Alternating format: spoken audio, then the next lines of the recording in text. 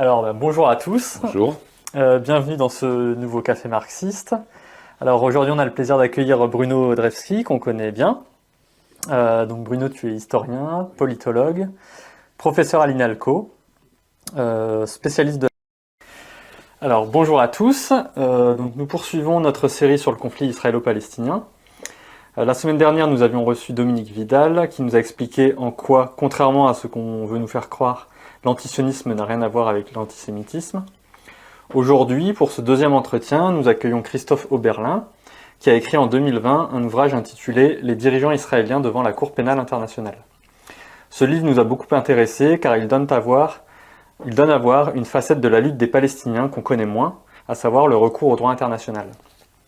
Bonjour Christophe Oberlin. Bonjour, qui était dans le même hôpital que moi et qui a décidé d'emmener une petite délégation, nous étions 4, des universitaires de l'assistance publique hôpitaux de Paris à Gaza. Donc c'était en décembre 2001, il y avait François Maspero qui nous accompagnait.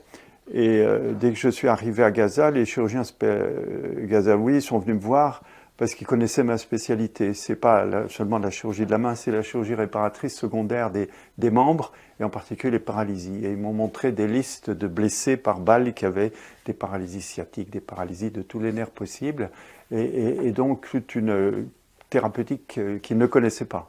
Donc j'ai commencé à aller opérer 3 fois par an là-bas.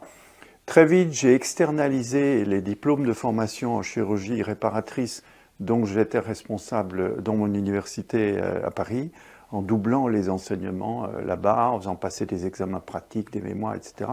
Donc ça a été un gros travail qui a duré 4 ans. J'ai 12 chirurgiens qui ont été diplômés de Gaza sans avoir quitté un seul jour la bande de Gaza. Et aujourd'hui, avec le temps, eh bien, j'en ai 2 qui sont chefs de service en chirurgie orthopédique, l'un à l'hôpital Shifa de Gaza et l'autre à l'hôpital européen de Khan Younis. Donc c'est un travail de long terme, mais qui doit s'accompagner d'un compagnonnage. Bonjour, Pierre Girard, le 19 novembre 2023. Alors là, ici, pour ajouter à cette vidéo ici, là, où c'est clair que ce sont des marxistes, ces gens-là, là, ici, j'ai envoyé des lettres et des courriels. Et puis, là, ici, ce que vous avez devant vous, ici, maintenant, c'est un courriel du 17 novembre 2023, ici, au Café Marxisme. La veille, la veille ou l'avant-veille, j'avais envoyé un courriel à mondialisation.ca, qui est ici. Et puis, parce que moi, je connais bien mondialisation.ca, je connais Michel Chossudowski depuis longtemps, depuis 2017-2018, qui est quand même le créateur du site web Global Research et mondialisation.ca, et Micheline Ladouceur, qui est sa conjointe. Et puis, alors moi, ça n'a pas passé. Moi, je vois des gens là, qui sont des marxistes, puis ça m'a amené à étudier un peu plus qu'est-ce que c'est Marx. Alors voici la lettre maintenant que j'ai envoyée à Café Marxisme le 17 novembre 2023, et j'avoue, les liens de ces lettres-là vont être dans le cadre de la vidéo. Alors là, moi, je vais juste passer d'une manière sommaire pour vous montrer, pour vous présenter cela, parce que moi, je trouve que c'est inacceptable d'être un marxiste et puis d'être contre Netanyahou, ce qu'il est en train de faire là, parce que Marx était probablement 10 fois pire que Netanyahou. C'était, en tout cas, regardez, c'est comme un cousin, c'est comme un cousin là, de Netanyahou, Karl Marx. Alors voici, Café Marxiste, bonjour. Puis là, je vais droit au vu. Voici ce que j'ai expédié à mondialisation.ca concernant votre vidéo qui est incrustée dans le corps de mondialisation.ca, les dirigeants israéliens. Vous avez ici le lien. Là, je ne vais pas cliquer dessus. De toute façon, on voit un peu plus loin. Et puis là, j'ai noté jusqu'à la fin du courriel, j'ai ajouté quelques images du livre Codex Magico. Ah, c'est pas Magico, c'est Magica. De texte Marx. Donc, il a le PDF de ce livre sur ce lien. Et puis, j'ai ajouté quelques images de Codex Magica à la fin du courriel. Vous voyez, Codex Magica, c'est ici, là, j'ai le lien. Et puis, c'est texte Marx là, qui est quand même une personnalité assez connue et très importante pour ce qui est des signes maçonniques et puis des signes satanistes. Alors ici, je crois que c'est dans la page, en tout cas, c'est écrit là plus loin. Bon, alors voici maintenant le premier courriel que j'ai envoyé à mondialisation.ca, qui je pense est possiblement peut-être un des plus importants, parce qu'il parle de Jésus-Christ. Et puis c'est envoyé à Micheline Ladouceur, Michel Chossudowski et Maya, disons que c'est travail pour Global Research, et Henry Macro, qui est quand même une personne qui est très importante pour ce qui est de la dénonciation de ces choses, reliées avec la juiverie sioniste. Alors, salutations, voici un bel exemple qui démontre en quoi Satan est-il le Dieu de ce monde. Ça ici, là, c'est un lien. Puis c'est un lien très important. Moi, je trouve que c'est très important parce que c'est une des choses que les gens ne comprennent pas. Et puis, bon, regardez, je vais juste cliquer dessus quand même. Là, je vais vous montrer en quoi Satan est-il le Dieu de ce monde. Lisez ça, c'est très important. C'est important d'être avec Jésus-Christ. Voici un bel exemple qui démontre en quoi Satan est-il le Dieu de ce monde et l'immense nécessité de s'en remettre à Jésus-Christ qui est l'image. Là, ici, ce que j'ai transcrit Colossiens 1, une partie de Colossiens 1. Il y a l'image du Dieu invisible, le premier-né de toute la création. Et puis, bon, vous lirez ça. Puis, Pierre, activiste sous Christ. Et puis, là, j'ai signé. Et puis là, vous avez le lien ici de mondialisation. Là, regardez, j'ai fait un petit montage ici. Et puis, bon. Et puis là, ici, c'est un article d'Henry Macro du 6 mai 2018 par rapport à Karl Marx, qui était le troisième cousin des Rothschild. Et puis, pour que le vrai sens des choses ne frappe pas les goïms avant le moment opportun, nous le démasquerons sous un prétendu désir ardent de servir les classes populaires. Fait que, tu sais, c'est des menteurs, ce sont des satanistes.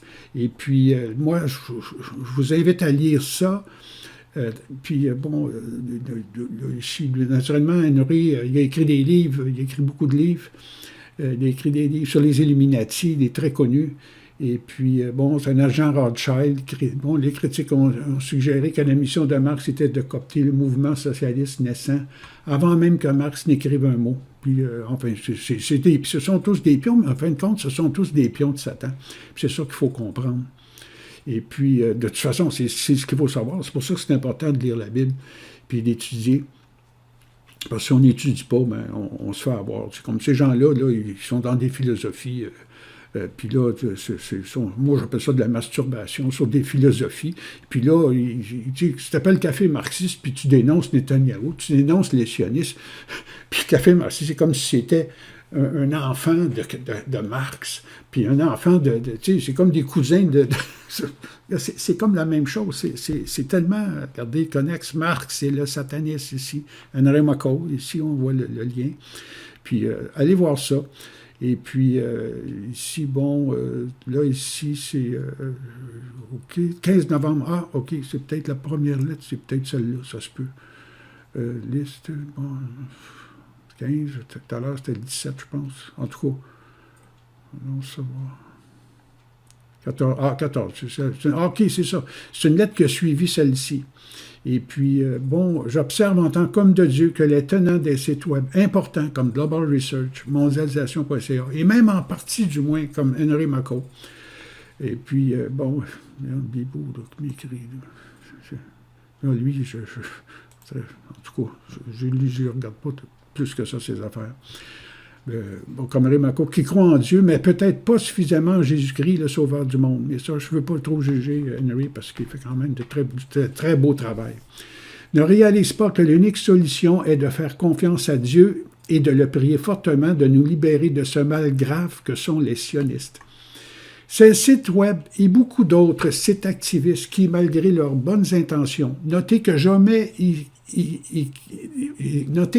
ici d'écrire le mot foi, pointe le mal que sont les sionistes, satanistes, esclaves du diable, mais que ces sites web sont jusqu'à un certain point des labyrinthes en l'intérieur duquel les âmes se perdent dans le sens que les solutions généralement proposées sont d'essence humaine extrêmement limitées et de pensée souvent sectaire, naturellement, plutôt que selon la simple volonté de Dieu qui ne cherche qu'à attirer notre attention sur le fait irréfutable qu'il est le Créateur, notre Créateur en qui nous devrions tous avoir une grande reconnaissance d'avoir été créés et d'avoir recours à sa grâce et sa puissance infinie en toutes choses et événements. Puis ça, ce texte-là, moi, je crois qu'il y a une certaine importance, que c'est né du Saint-Esprit, que c'est le Saint-Esprit qui m'habite, qui a fait que j'ai écrit ça. J'affirme ceci. Je suis convaincu si la plupart des sites web dits informatifs comme mondialisation.ca, globalresearch.ca, la partie anglaise qui est menée par Michel Chossudowski, mettait l'accent sur la réalité incontournable de ce qui est dénoncé ne changera pas, et même mettait l'accent, ça ne va pas changer, et même que cela va si possiblement ou certainement empirer. Si le plus grand nombre ne prie pas Dieu par Jésus-Christ, notre Seigneur, en Saint-Esprit, de nous libérer du mal que sont les sionistes. Et ceci est valable pour tous les maux occultes enracinés dans le monde qui apportent le chaos social et nous maintiennent emprisonnés dans ces abominations diaboliques permanentes. J'attire votre attention sur ces deux versets, car si c'est proche de ce moment que nous en sommes tous actuellement, et je pense que c'est possible, alors le bas blessera énormément plus que ce que nous voyons maintenant, pour ce qui est de ce combat que je qualifie de spirituel. Et puis le verset, c'est Marc 13, Marc chapitre 13, verset 19. « Car la détresse en ces jours sera telle qu'il n'y en aura point eu de semblable depuis le commencement du monde que Dieu a créé jusqu'à présent, et qu'il n'y en aura jamais. Et si le Seigneur n'avait abrégé ces jours, personne ne serait sauvé, mais il les a abrégés à cause des élus qu'il a choisis. » Je fais remarquer que ce verset rejoint, à mon sens, jusqu'à un certain point, la Troisième Guerre mondiale qu'a dessiné Albert Pike, le sataniste luciférien, 33e degré maçon, et qui, alors, si vous ne connaissez pas, mais je vais essayer de le rajouter dans la vidéo, là, si je peux y penser, mais allez voir Albert Pike, ce qu'il dit de la Troisième Guerre mondiale. Et puis, ou la détresse, justement, pour ce qui est de la détresse la détresse en ces jours-là serait telle qu'il n'y en aura point eu de semblable. Ben, regardez, c'est ce qu'ils veulent faire. Et puis, bon, puis ici, ben, je parle de la puissance de la prière. Et puis, bon, ça, c'est ce que j'ai... OK, c'est Charles Haddon Spurgeon. C'est ce que j'ai trouvé de très bien, qui va bien avec ça. La prière est un aliment spirituel. Tout comme le corps a besoin de nourriture physique, l'âme a besoin de nourriture spirituelle. La prière nous change. Cependant, la Bible va beaucoup plus loin que cela. La prière est puissante, comme l'a dit Charles Haddon Spurgeon. Elle est le nerf fragile qui fait bouger les muscles de la toute-puissance. La prière a le pouvoir de changer les circonstances, les autres personnes et même le cours de l'histoire. Et puis, bon, là, j'ai mis le lien d'où est-ce que ça a été pris. Et puis, voici, ça, c'est mon courriel d'explication que j'avais envoyé à Michel Chossudowski et Madame La Douceur, sa conjointe, et qui s'occupe de mondialisation.ca. Et puis, bon, voilà. Et puis là, ben, ajout de là, ici, ben, c'est parce que j'avais envoyé ça par après, parce que ça, ici, regardez, c'est un courriel, là, qui, comme je te dis, là, j'ai mis plusieurs des courriels qui ont été envoyés. Et puis là, ben, je montre, ici, je vous invite à entrer dans le PDF, là, que je vous ai parlé tout à l'heure, de Codex Magica, page 53 du PDF. Karl Marx, là c'est moi qui ai traduit parce que c'est en anglais là, dans le Codex Magica. Karl Marx, le juif radical qui a inspiré Lénine et Trotsky avec ses théories communistes, était secrètement un grand prêtre de Satan. Voir le livre de Richard Wurmbrand, Marx et Satan. Montré ici dans son portrait officiel, Marx fait un énigmatique signe maçonnique de la main. Et puis bon, avec d'où est-ce qu'ils ont pris ça? Voir Richardson, Monitor of Freemasonry, page 74. Et puis là, j'ai rajouté ici, PDF Magica, sur Lénine, qui fait le même signe satanique.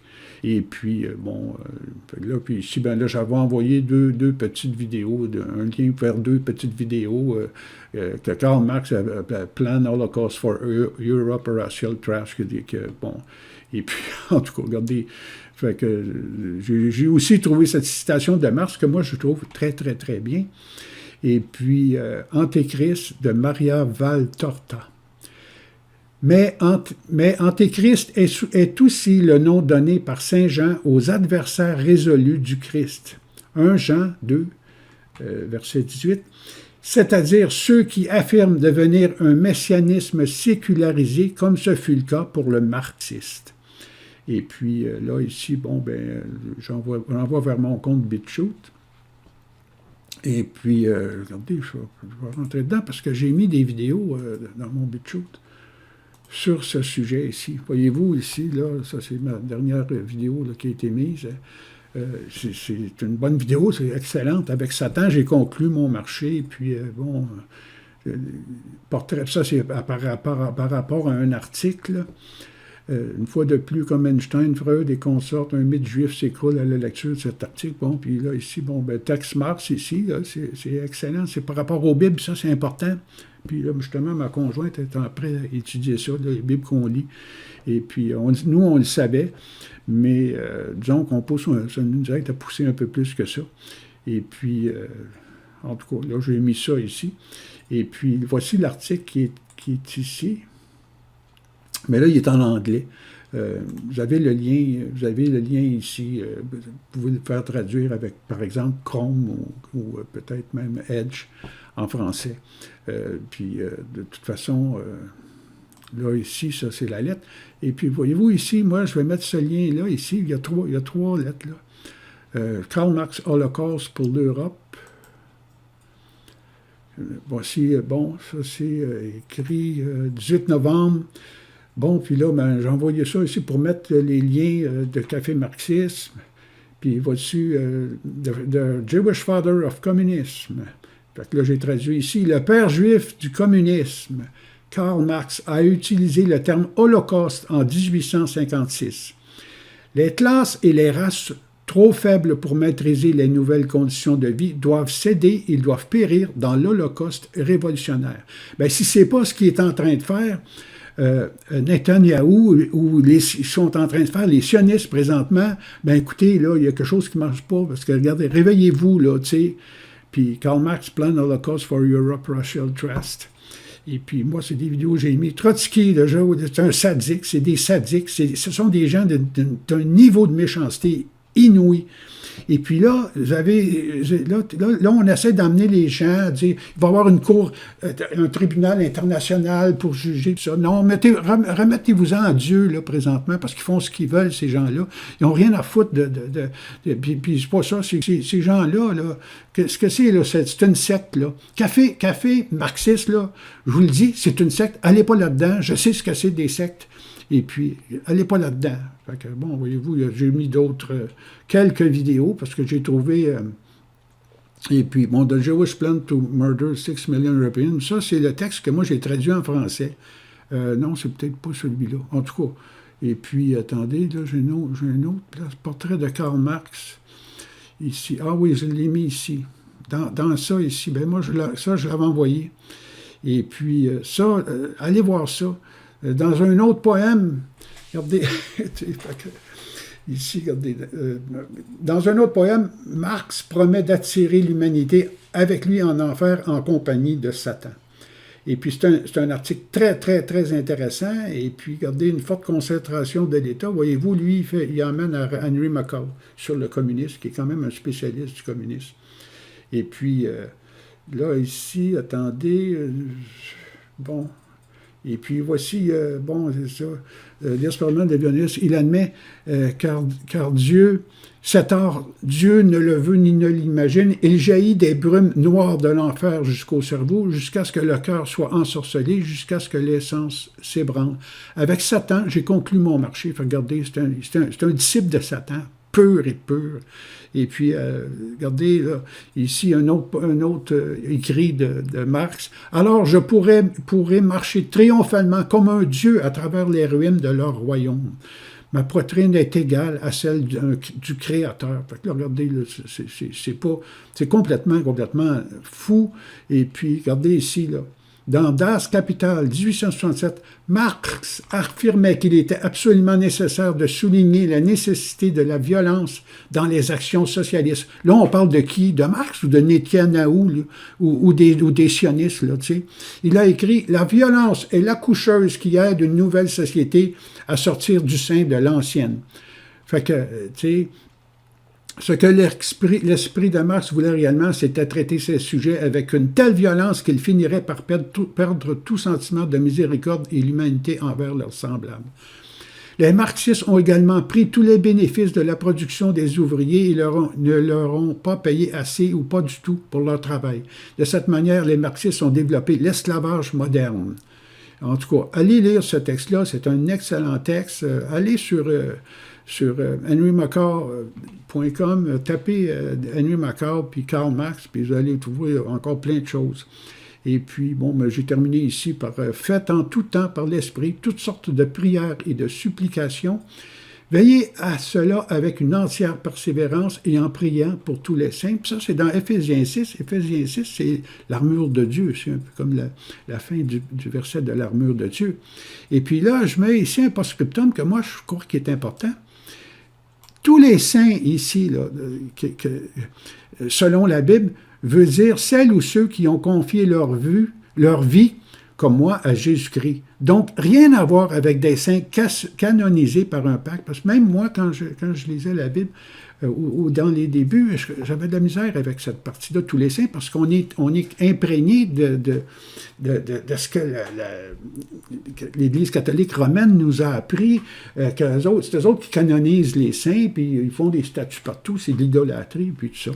Alors, écoutez, je vous laisse là-dessus, et puis allez, cliquez sur les liens que je vous envoie, et puis regardez, café marxiste, là, réveillez-vous, et puis, parce que ça n'a tellement pas de bon sens. Moi, je sais que je leur ai écrit d'autres choses à un moment donné. Là, je ne l'ai peut-être pas ici, ou je ne l'ai pas lu. Probablement que je ne l'ai pas lu. Mais moi, je calcule que c'est insensé. Ça n'a pas de bon sens. Regardez. Ces gens-là, c'est eux autres là, qui vont nous sortir du trou, là, qui vont regarder, là, c'est relié. Là, même Michel Colomb, il est là-dedans. Imaginez-vous, Michel Colomb.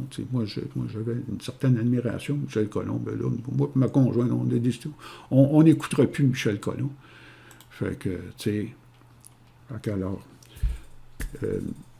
que la grâce du Seigneur Jésus soit avec vous, en Saint-Esprit, pour la gloire de Dieu. Amen.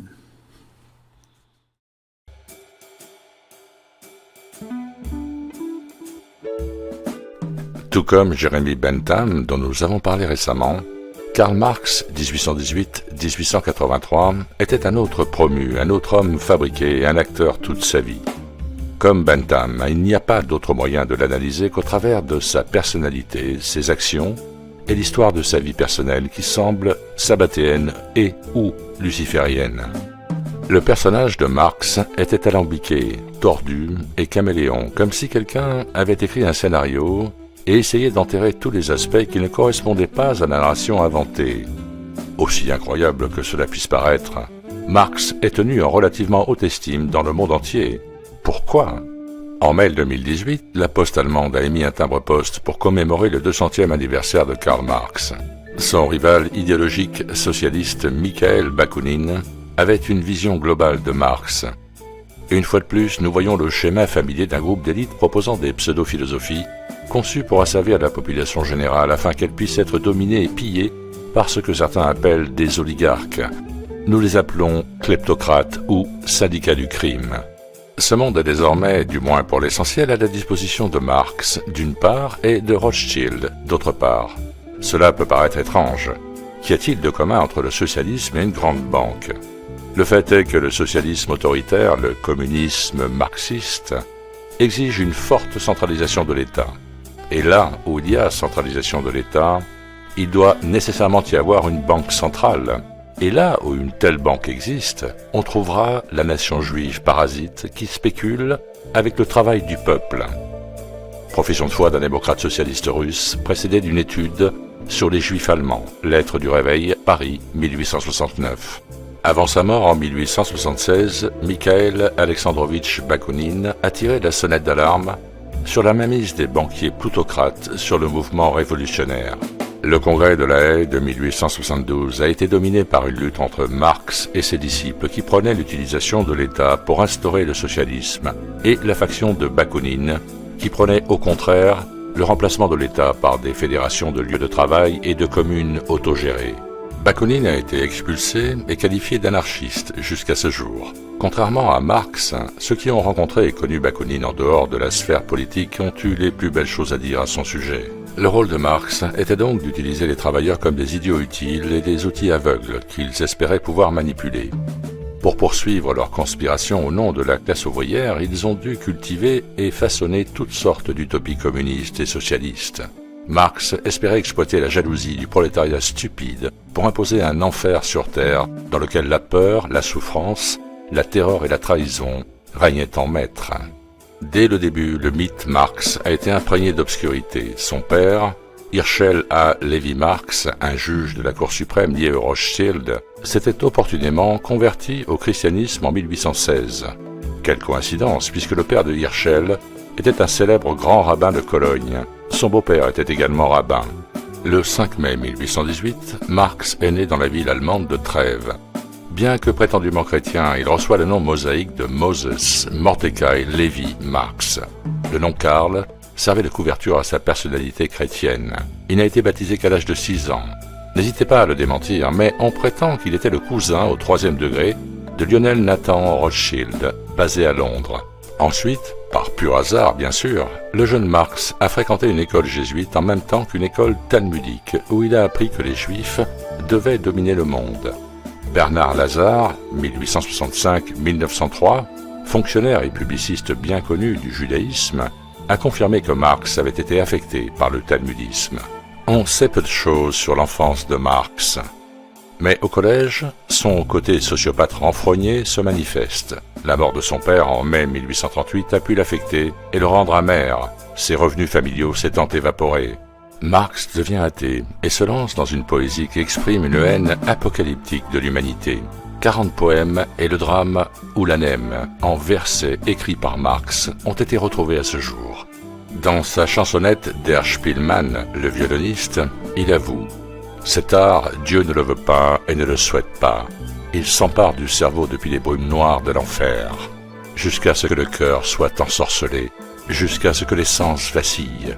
J'ai conclu mon marché avec Satan. » Dans un autre poème, Marx promet d'attirer l'humanité avec lui en enfer en compagnie de Satan. Dans Human Pride, publié par World Revolution par Nesta Webster, page 167, Marx nous dit ce qu'il pense vraiment et se révèle être un véritable psychopathe. Comme Bentham et consorts, personne ne semble se soucier de l'essence même de ces monstres. Avec dédain, je jetterai mon gant à la face du monde et je verrai l'effondrement de ce pygmée géant, dont la chute n'étouffera pas mon ardeur. Alors, je pourrai marcher triomphalement comme un dieu à travers les ruines de leur royaume. Chacune de mes paroles est feu et action.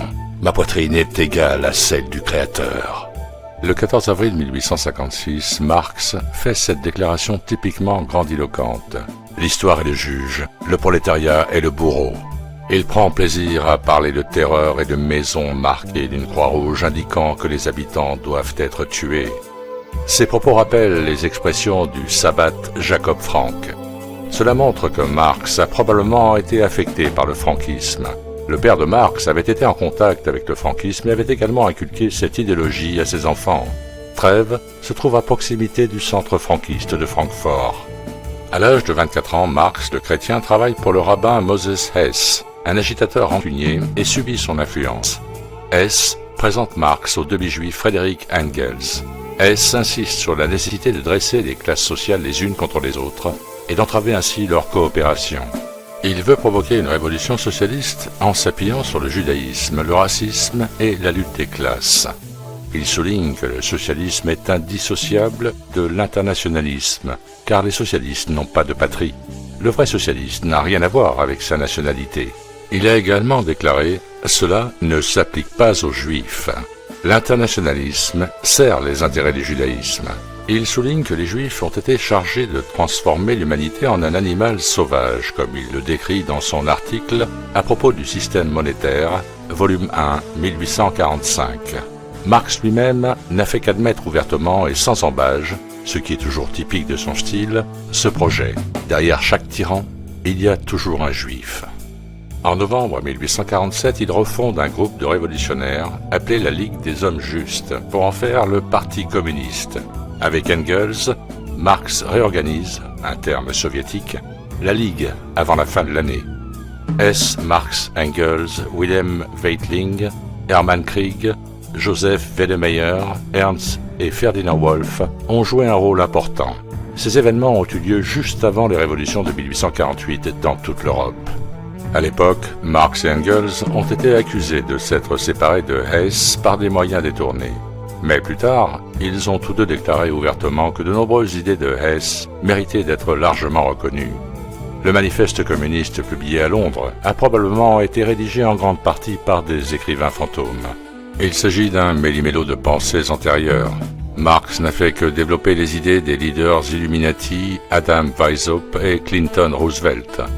Il a copié-collé les mots du communiste utopiste et Illuminati, François-Noël Babeuf, 1760-1797, pour montrer la voie de la révolution socialiste, entre parenthèses, illuministe. Pour mémoire, je pense aujourd'hui que les Illuminati étaient de facto des franquistes sabbatéens, bien que le terme Illuminati soit utile, il s'agit d'une déviation. Dans le manifeste, Marx a puisé dans ses fantasmes antisociaux d'étudiants. Les classes dirigeantes trembleront devant la révolution communiste à venir. Nous ne pouvons atteindre nos objectifs qu'en renversant violemment l'ensemble de l'ordre établi. Nous sommes sans pitié et ne demandons aucune clémence. Lorsque notre tour viendra, nous ne cacherons pas notre terrorisme. Extrait tiré de Karl Marx, une psychographie d'Arnold Künzli, Vienne, 1966. Dans Das Kapital, 1867, Marx affirme qu'il est absolument nécessaire de souligner la nécessité de la violence dans les actions socialistes. Il écrit « La violence est la sage-femme qui aide une nouvelle société à sortir du ventre de l'ancienne ». Ce que l'esprit de Marx voulait vraiment, c'était traiter ces sujets avec une telle violence qu'ils finissent par perdre tout sentiment de pitié et d'humanité à l'égard de leurs semblables. Les marxistes se sont également emparés de toutes les recettes produites par les travailleurs et les ont payés trop peu ou pas du tout pour leur travail. C'est ainsi que les marxistes ont développé l'esclavage moderne, une chose que Bentham ne pouvait que fantasmer. L'extinction des valeurs et des créations culturelles les plus profondes était au premier plan.